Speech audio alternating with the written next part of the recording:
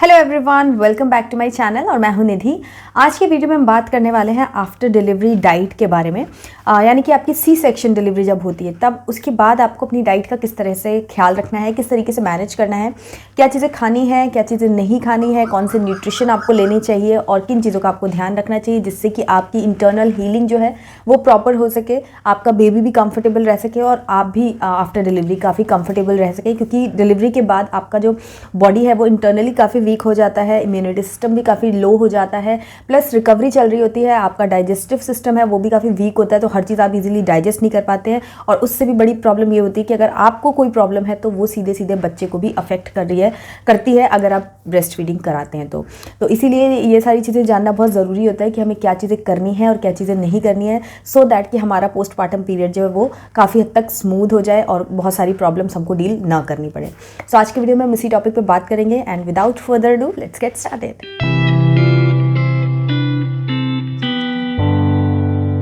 So basically after delivery या in general भी अगर आपकी बॉडी की हम प्रॉपर हेल्थ की फिटनेस की बात करें तो एक बॉडी को अच्छी डाइट चाहिए होती है, बैलेंस डाइट चाहिए होती है जिसमें कि बहुत सारा न्यूट्रिशन हो, न्यूट्रिशियस फूड आप खाएं।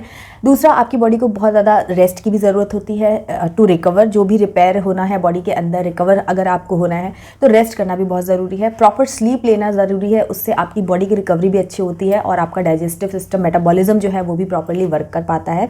एंड उसके अलावा थोड़ा बहुत आपको अपनी बॉडी में मूवमेंट या एक्सरसाइज भी करनी चाहिए। तो ये चार ऐसे पिलर्स होते हैं जिससे कि आपकी बॉडी जो है वो अगर फिट है तो आप उसको मेंटेन कर सकते हैं, अगर आप अनफिट हैं तो आप फिटनेस की तरफ जा सकते हैं। तो वो सारी चीज़ें यहाँ पर भी लागू होती हैं। जब आप पोस्टपार्टम पीरियड में होते हैं, आपकी बॉडी वीक होती है, रिकवर हो रही होती है, तो आपको इन चार चीज़ों पे काम करना होता है।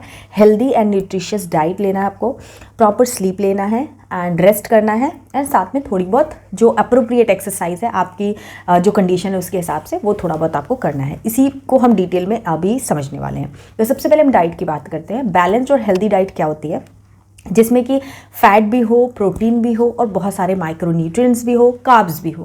क्योंकि कार्ब्स है जो आपको एनर्जी देंगे, प्रोटीन है जो आपकी हीलिंग में, रिकवरी में, टिश्यूज़ की जो रिकवरी है, मसल्स की रिकवरी है उनको रिकवरी में हेल्प करता है, एंड फैट जो है वो न्यूट्रिएंट्स को एब्जॉर्ब करने में हेल्प करता है। तो ये सारी चीज़ें होना बहुत ज़रूरी है।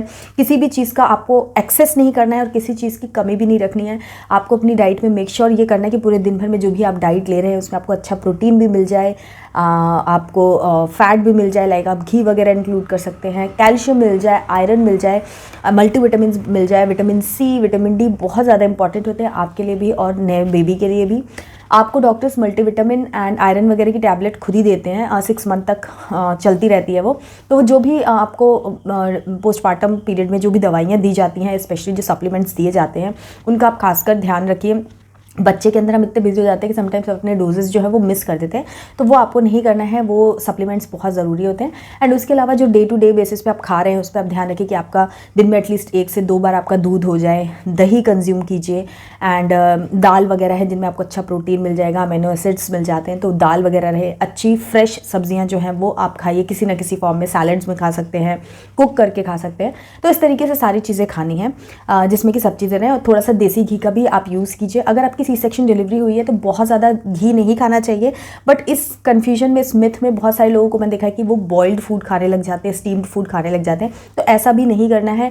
आपको 1 से 2 चम्मच घी जो होते हैं वो बहुत ज़्यादा ज़रूरी होते हैं। उसके अलावा लड्डू वड्डू जो आपके पोस्ट डिलीवरी जो लड्डू वगैरह बनते हैं उनमें भी घी रहता है, तो आप इतना घी आराम से खा सकते हैं। आपकी बॉडी को रिकवर करने में भी घी हेल्प करता है, बट बहुत ज़्यादा घी जो होता है वो बहुत अति में नहीं खाना होता है, क्योंकि वो जो घी है वो हीट क्रिएट करता है जो कि आपकी हीलिंग, जो स्टिचेस की हीलिंग है उसमें थोड़ा सा हर्डल ला सकता है। तो इसीलिए ज़्यादा नहीं खाना है, बट मॉडरेट अमाउंट में आप आराम से घी खाइए, जिससे फ्लेवर्स भी अच्छा आएगा, आपको खाने में भी अच्छा लगेगा और वो घी जो है वो न्यूट्रिएंट को एब्जॉर्ब करने में हेल्प करता है। और मैं अपनी बात करूँ तो मैंने काफ़ी अच्छे अमाउंट में घी खाया था, कोई कमी करके नहीं खाया था, बट बहुत ज़्यादा एक्सेस भी नहीं है कि दिन भर बस घी खा रही हूँ, ऐसा भी नहीं था। लेकिन काफ़ी अच्छे अमाउंट में मैंने घी कंज्यूम किया था, कोई रिस्ट्रिक्शन नहीं रखा था। मैं स्पेशली पूरी डाइट प्लान, डाइट चार्ट्स वगैरह भी अपने वीडियोस में पहले शेयर कर चुकी हूँ, आप वो वीडियोस भी ज़रूर देखना। पोस्टपार्टम प्लेलिस्ट है मेरी, उसमें बहुत सारे वीडियोस आपको मिल जाएंगे। तो डाइट की पूरा स्केड्यूल मैंने शेयर किया हुआ है, तो आप उसको भी फॉलो कर सकते हैं। तो ये तो बात हो गई कि आपको ये चीज़ें खानी चाहिए। अब हम बात करते हैं कि क्या चीज़ें आपको नहीं खानी चाहिए या किन चीज़ों का आपको और ध्यान रखना चाहिए। तो सबसे पहली चीज़ जो है वो आपके जो ये पैक्ड जूसेस हैं उनको आपको टोटली अवॉइड कर देना चाहिए। और उसके अलावा जो भी चीज़ें गैस फॉर्म करती हैं वो चीज़ें भी आपको नहीं खानी चाहिए, क्योंकि और ये ट्राइड एंड टेस्टेड है।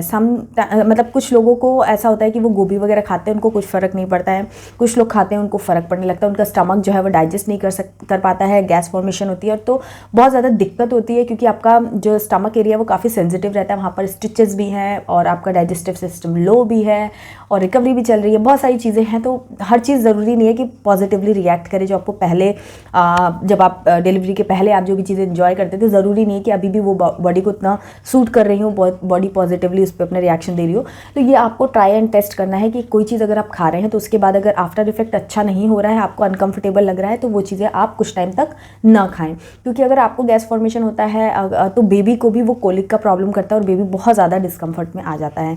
तो इसलिए इन चीज़ों को अवॉइड कीजिए ट्राई करके, कि अगर गोभी खा रहे हैं, कैबेज खा रहे हैं, जो भी इस टाइप की चीज़ें हैं जो गैस फॉर्मेशन करती हैं, उनको आप अवॉइड कर सकते हैं। बट अगर आपको सूट करिए तो आप खा सकते हैं। कई लोगों को अनियन खाना भी अच्छा नहीं लगता, बट मुझे पर्सनली अनियन हर मील में मैं सैलेड के साथ लेती थी, तो मुझे सूट भी करता था और अच्छा भी लगता था। तो वो हर किसी की बॉडी अलग अलग से रिएक्ट करती है, कुछ फिक्स नहीं होता है। तो आप उन चीज़ों का ध्यान रखिए कि जो चीज़ें आपके डाइजेस्टिव सिस्टम को सपोर्ट नहीं कर रही हूँ वो चीज़ें आप कुछ टाइम के लिए अवॉइड कीजिए। एंड उसके अलावा जो राजमा है, छोले हैं, ये भी बहुत सारे लोग कहते हैं कि बिल्कुल मत खाओ, बट आप वंस इन अ वीक या ट्वाइस इन अ वीक खा सकते हो। मतलब ऐसे ओकेजनली सब चीज़ें खा सकते हो, और अगर आपको सूट करती हैं, अच्छा लगता है, तो आप मतलब 2-3 बार हफ्ते में खा सकते हो, बट रेगुलर मत खाओ उस चीज़ को, और बहुत ज़्यादा क्वांटिटी में भी मत खाओ, कि मतलब जितना थोड़ा सा अमाउंट जो होता है रोटी के साथ आपने लिया और खा लिया। सैलेड्स को ज़्यादा से ज़्यादा इंक्लूड करें, बिकॉज सैलेड्स जो है वो आपका खाने का टेस्ट भी बढ़ाते हैं, आपको जो वाटर कंटेंट है आपको वो भी अच्छा प्रोवाइड करते हैं, प्लस फाइबरस होते हैं। सैलेड्स को खाने में सबसे अच्छी चीज़ ये होती है कि आपको फाइबर भी मिल रहा है और साथ में पानी भी मिल जा रहा है। बिकॉज अगर फाइबर आप खाते हैं, फाइबरस फूड खाते हैं, जैसे कि सैलड्स वगैरह हैं, तो वो क्या करते हैं, आपको कॉन्स्टिपेशन से बचाते हैं। आफ्टर डिलीवरी, अगर आफ्टर सी सेक्शन अगर कॉन्स्टिपेशन की प्रॉब्लम ज़्यादा हो जाती है तो स्टिचेस पे उसका बहुत बुरा फ़र्क पड़ता है। इसलिए टू अवॉइड कॉन्स्टिपेशन आपको पानी खूब पीना है, प्लस फाइबर भी खूब कंज्यूम करना है। तो ये दोनों मिलकर जो है आपके कॉन्स्टिपेशन को एकदम दूर रखते हैं।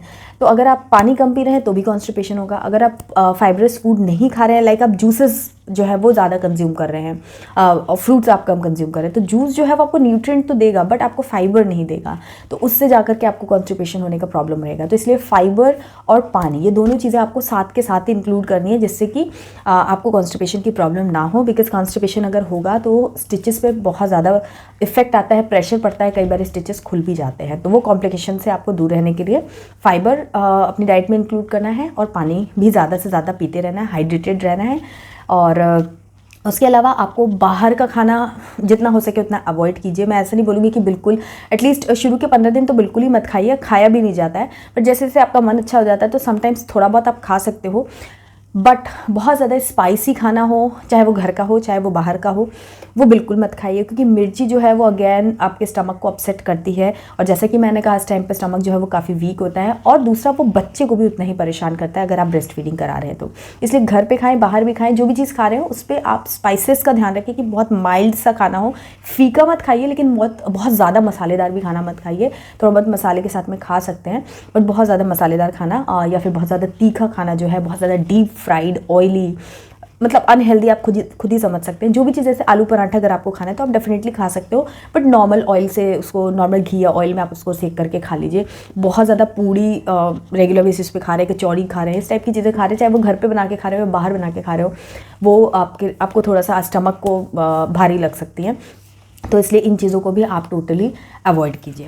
एंड उसके अलावा आप अपनी मील्स, नंबर ऑफ़ मील्स जो है उनको भी छोटा करके नंबर ऑफ़ मील्स बढ़ा लीजिए। जैसे कि कई लोग क्या करते हैं कि यार एक बार में ही टाइम मिला है तो खूब सारा खाना खा लो, फिर ताकि लंबे टाइम तक भूख नहीं लगेगी। तो उसमें क्या प्रॉब्लम होती है कि आपका जो डाइजेस्टिव सिस्टम है वो इतना स्ट्रांग नहीं है कि इतना सारा खाना वो अच्छे से डाइजेस्ट कर पाए, और फिर आपको दिन के एंड तक जाते जाते इनडाइजेशन की या स्टमक अपसेट की प्रॉब्लम होने लग जाती है।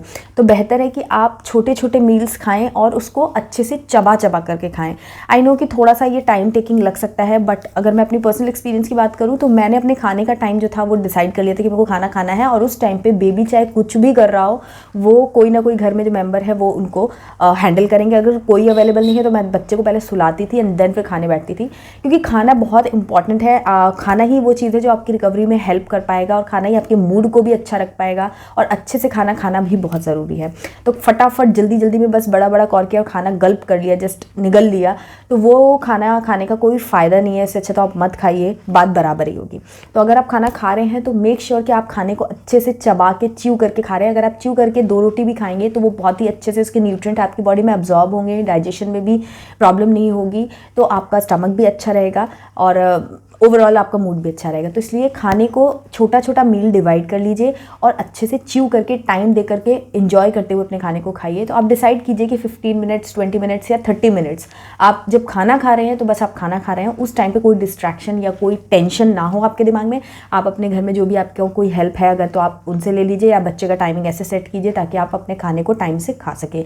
बहुत लंबे टाइम तक भूखे भी नहीं रहना है। कई बार बच्चा है वो कभी भी क्रैंकी हो जाता है, आपका खाने का टाइम है, सडनली वो सो के जस्ट अचानक से उठ गया, और फिर अगर ऐसी कोई सिचुएशन है तो आप थोड़ा बहुत कुछ हेल्दी स्नैक्स जो होते हैं वो आप मीनवाइल खा लीजिए, जिससे कि आपका जो भूख है वो बहुत ज़्यादा बढ़ ना जाए, और फिर बच्चे को रिलैक्स करके देन फिर अपना खाना खाने बैठिए। इससे बहुत फ़र्क पड़ता है। दिखने में, सुनने में थोड़ा सा आपको ऐसे ही लग सकता है कि इससे क्या फ़र्क पड़ेगा, बट ट्रस्ट भी मैंने ये चीज़ें फॉलो की, इसलिए मैं आपको बता रही हूँ कि खाने को छोटा छोटा मील, अगर आप नंबर ऑफ़ मील्स जो है उसको 3 की बजाय 6 कर देते हैं और अच्छे से चबा के खाते हैं, तो उससे आपकी ओवरऑल ग्रोथ में, आपकी बॉडी की फिटनेस में, और आपको जो वेट लॉस भी करना है लॉन्ग टर्म में करके, उसमें भी आगे चल करके बहुत हेल्प मिलती है। तो इसलिए इस हैबिट को आप ज़रूर से फॉलो कीजिए। एंड नेक्स्ट बहुत इंपॉर्टेंट चीज़ जो है वो है स्लीप। जैसे कि मैंने स्टार्टिंग में ही कहा था कि रेस्ट और स्लीप, ये दोनों चीज़ें बहुत ज़्यादा ज़रूरी है बॉडी को फिट रखने में, बॉडी को रिकवर करने में। तो आपको जब भी टाइम मिले आप मतलब खो मत जाइए। बेबी होने के बाद कई बार मॉम्स जो होती हैं वो खो जाती है कि बस काम काम, बेबी, ये वो, और उसमें क्या होता है कि उनको पता नहीं चलता है, अंदर से वो बहुत चिड़चिड़ी हो जाती हैं और कुछ भी काम में उनका मन नहीं लगता है। ये सब चीज़ें पता नहीं चलता कि ऐसा क्यों हो रहा है, मन में बस चीज़ें भटती जाती हैं और ऐसा लगता है कि हम सब कुछ कर रहे हैं बट कुछ अच्छा नहीं हो रहा है। तो इसीलिए आपका मन अच्छा रहे उसके लिए आपको रेस्ट करना, स्लीप लेना बहुत ज़रूरी है। ज़रूरी नहीं है कि हर टाइम आपको स्लीप करने को, मतलब सोने को मिल ही जाए। रात में भी नींद नहीं होती है, बच्चा हमेशा उठता रहता है। तो इसलिए जब आपको ऐसा टाइम मिले कि आप सो सकते हो तब आप सो जाओ, नहीं सो सकते हो तो रेस्ट करो। रेस्ट करने का मतलब जस्ट अपनी आंखें बंद करो और थोड़ी देर रेस्ट करो। ये नहीं है कि बस फ़ोन चलाने लग गए या कुछ ऐसा काम करने लग गए जिससे कि आपकी बॉडी आपको दिख नहीं रही है बट स्ट्रेस में है या कुछ ना कुछ काम कर रही है। तो रेस्ट करना एंड स्लीप लेना बहुत ज़्यादा ज़रूरी है। प्रॉपर आप अपना स्केड्यूल इस तरीके से बनाइए कि एटलीस्ट आपको एक टाइम की 6 घंटे की 8 घंटे की नींद, प्रॉपर साउंड स्लीप मिल सके, चाहे फिर वो रात में हो चाहे फिर वो दिन में हो। और अगर आपको कभी भी ऐसा नहीं हो पाता है तो आप ब्रेस्ट पंप यूज़ कर सकते हो, जिससे कि ब्रेस्ट मिल्क जो है वो आपने पंप करके रख दिया और आप सोने चले गए, और अपने हस्बैंड को या घर में जो भी कोई है उसको बोल दिया कि जब बेबी 2 घंटे बाद उठेगा तो वो आप उसको मिल्क फीड कर देना और वो थोड़ा उससे एंटरटेन कर लेना, और आप कंटिन्यूसली अपना जो स्लीप है वो कंप्लीट कीजिए, नींद पूरी कीजिए। उससे भी बहुत ज़्यादा फ़र्क पड़ता है।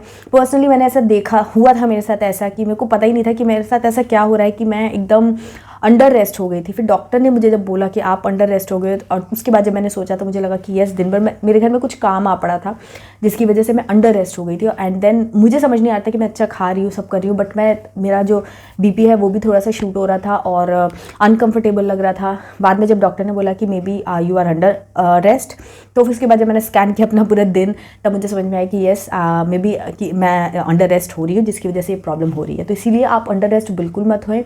ये आपकी ड्यूटी है कि आप अपनी बॉडी के लिए स्टैंड लीजिए। आप जितना काम करोगे काम होता जाएगा। अगर आप काम को पॉज करके और अपने ऊपर थोड़ा ध्यान दोगे तो वो भी हो जाएगा। इसलिए दोनों ही ऑप्शंस आपके पास है। आप अपनी बॉडी पे ध्यान दीजिए या फिर काम ही करते रहिए। काम तो देखिए जीवन भर चलता ही रहेगा। काम ऐसा चीज़ है कि कभी ख़त्म नहीं होता और किसी के पास ख़त्म नहीं होता। तो बेहतर है कि पहले इस जो टाइम है आपका पोस्टमार्टम पीरियड है 6 मंथ तक, स्पेशली आप सिर्फ खुद पे और अपने बच्चे पे ही अगर ध्यान देते हैं तो वो लॉन्ग रन में आपका बेबी भी एक हैप्पी बेबी, हेल्दी बेबी बनता है और आप भी एक हैप्पी मॉम बनती है। जब आपका मन और आपकी बॉडी अच्छी होगी तो आप आगे चल के सारी चीज़ें मैनेज कर पाएंगे। तो मेरा यही फिलॉसफी है, मेरा यही मानना है। आई होप आज का वीडियो आप लोगों के लिए हेल्पफुल रहेगा। कोई भी और क्वेश्चन है, डाउट है, आप कमेंट सेक्शन में ज़रूर डालिएगा। मैं आपके क्वेश्चंस का आंसर देना पसंद करूँगी। मुझे अच्छा लगता है आप लोगों के क्वेश्चंस का आंसर देना, और अपने एक्सपीरियंस से मैं सारी चीज़ें शेयर करती हूँ, तो बहुत सारे लोगों के काम भी आते हैं मेरे जो आंसर्स होते हैं। तो आपका कोई रिक्वेस्ट हो टॉपिक जिस पर मैं वीडियो बनाऊँ, आप चाहते हैं तो आप वो भी कॉमेंट सेक्शन में डाल सकते हैं। प्रेगनेंसी से रिलेटेड, बेबी प्लानिंग से रिलेटेड, या फिर बेबी केयर से रिलेटेड, पोस्टपार्टम से रिलेटेड, जो भी टॉपिक आप चाहते हैं जिस पे कि मैं वीडियो बनाऊं, आप वो मुझे सजेस्ट कर सकते हैं। अगर ये वीडियो पसंद आए तो लाइक, कमेंट और शेयर कीजिएगा, और चैनल को सब्सक्राइब करके बेल आइकन ज़रूर प्रेस कीजिएगा, क्योंकि मैं इसी तरीके की यूज़फुल वीडियोस लाती रहती हूँ। और अगर आपने बेल प्रेस किया होगा तो नोटिफिकेशन आपको टाइमली मिल जाएगा और आप वीडियो टाइमली देख पाएंगे। तो चलिए मिलती हूँ आपसे एक नए वीडियो में, तब तक के लिए bye bye and take care.